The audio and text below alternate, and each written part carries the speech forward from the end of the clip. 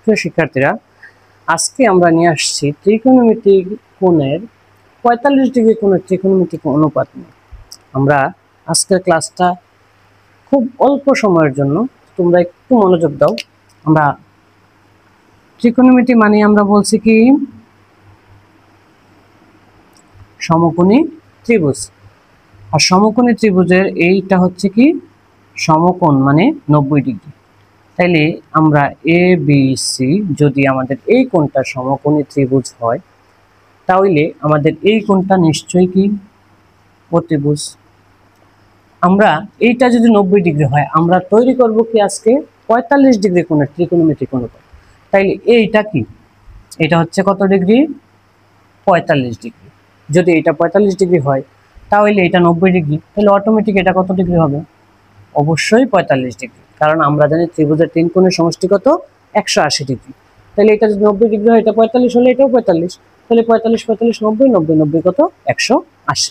তাহলে এই 180 ডিগ্রি হচ্ছে ত্রিভুজের তিন কোণের সমষ্টি।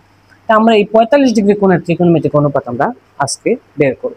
ওকে, আচ্ছা খেয়াল করো, যেহেতু আমি ত্রিভুজটা এখানে আসলে আঁকাটা হয় নাই, তাহলে আমার যেহেতু 45 ডিগ্রি কোণ, যেহেতু এই কোণটা এবং এই কোণটা পরস্পর সমান, তার মানে অবশ্যই এটা একটা সমদ্বিবাহু ত্রিভুজ হবে।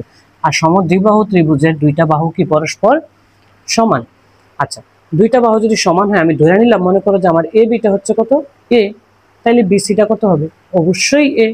তাইলে যদি এ বি সমান এ হয় এবং বিসি সমান এ হয়, তাহলে আমরা যদি এখন পিথাগোরাসের উপপাদ্য প্রয়োগ করি, তাহলে অতিভুজ স্কয়ার সমান কি হবে? লম্ব স্কয়ার প্লাস ভূমি স্কয়ার। খেয়াল করো, আমরা যদি 45 ডিগ্রি কোণ অনুপাত বের করি, এটার বিপরীত বাহু কি? অতিভুজ। এটার ধরলেও এটার বিপরীত বাহু কি? এটার বিপরীত বাহু কি? লম্ব। আর এটার বিপরীত বাহু কি হবে? লম্ব। তাহলে আমরা যদি ধরি, মনে করো যে এ বিটা হচ্ছে কি, ধরি লম্ব, আর বিসিটা হচ্ছে কি ভূমি। ওকে, আমরা এই কোণটা ধরে আমরা কাজ করি। তাহলে এস স্কয়ার ইকুয়াল টু কি হবে? A B square plus BC square. তাইলে আমাদের A square plus A square, তাহলে কি হবে? 2a square. তাহলে এসি সমান সমান কত হবে? Root 2a square. তাহলে কি হবে? Root 2a। তার মানে আমাদের অতিভুজ হচ্ছে কি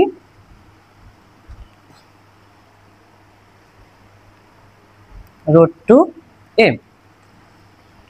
তাইলে অতিভুজ যদি আমাদের রুট 2a হয়, তাহলে ভূমি পেলাম, লম্ব পেলাম, অতিভুজ পেলাম। এবার আমাদের 45 ডিগ্রি মান বের করতে কার কোনো সমস্যা হবে? 45 ডিগ্রি মান বের করতে আমরা এই জায়গায় একটু খেয়াল করি, 45 ডিগ্রি মানগুলো বের করি। দেখো কি হবে।